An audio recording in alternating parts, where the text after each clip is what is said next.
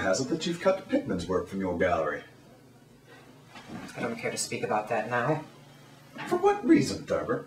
It simply makes no sense that a man such as yourself could have such a change of heart. What difference does it make now that the man is missing? And God willing, he'll remain missing, and the world will be spared his grotesque paintings. All I want to know is why you've cut Pickman's artwork. Artwork that, until recently, you held in the highest respect.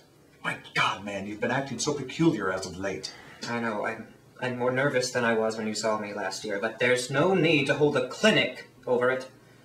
My God, there are plenty of reasons. I fancy I'm lucky to be sane at all. Why the third degree, Elliot? Because I'm worried about you. There are some who think you had something to do with Pickman's disappearance. And what do you think? I think you should tell me what's going on.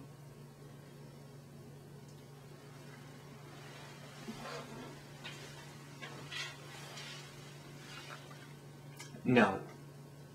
I don't know what's become of Pickman, and I don't like to guess.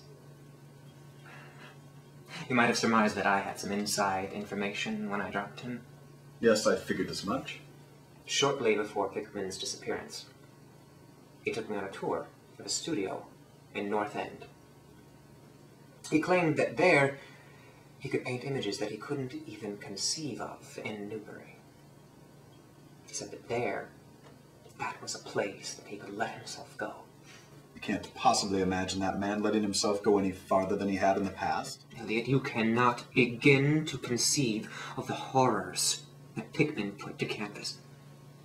There was one thing called the lesson. God heaven, pity me that I ever saw it.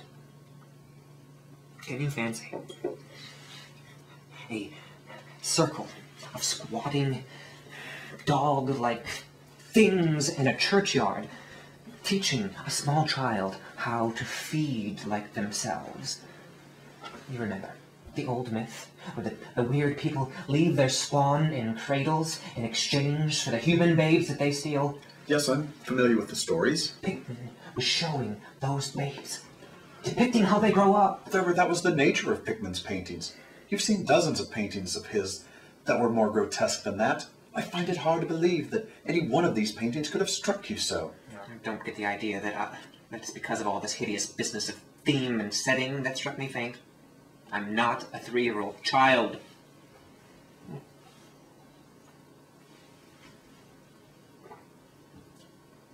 It was the faces, Elliot. Those accursed faces, leered and slathered out of the canvas with the very breath of life. My God, man, I believe that they were alive. That nauseous wizard had waked the very fires of hell in pigment and his brush to become a nightmare-spawning wand. Elliot.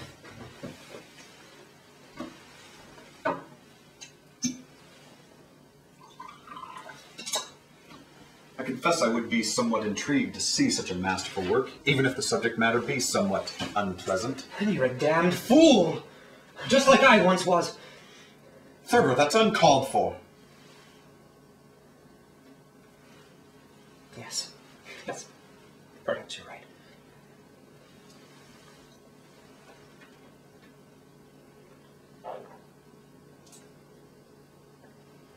My apologies. Please, continue.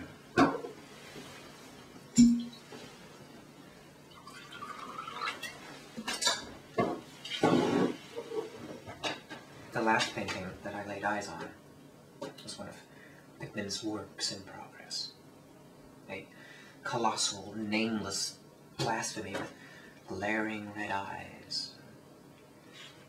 It held in bony claws a thing that had been a man, gnawing at the head like a child nibbles at a stick of candy.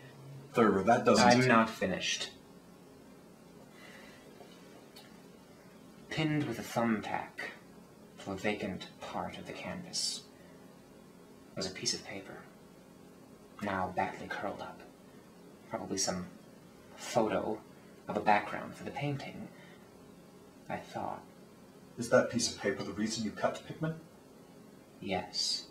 What was it? You know how damn lifelike Pickman's paintings were? We all wondered how and where he got those faces. Well, that paper wasn't a photograph of any background after all. What it showed was simply the monstrous being he was painting on that awful canvas. It was his model. And its background was the cellar studio in minute detail. But by God, Elliot,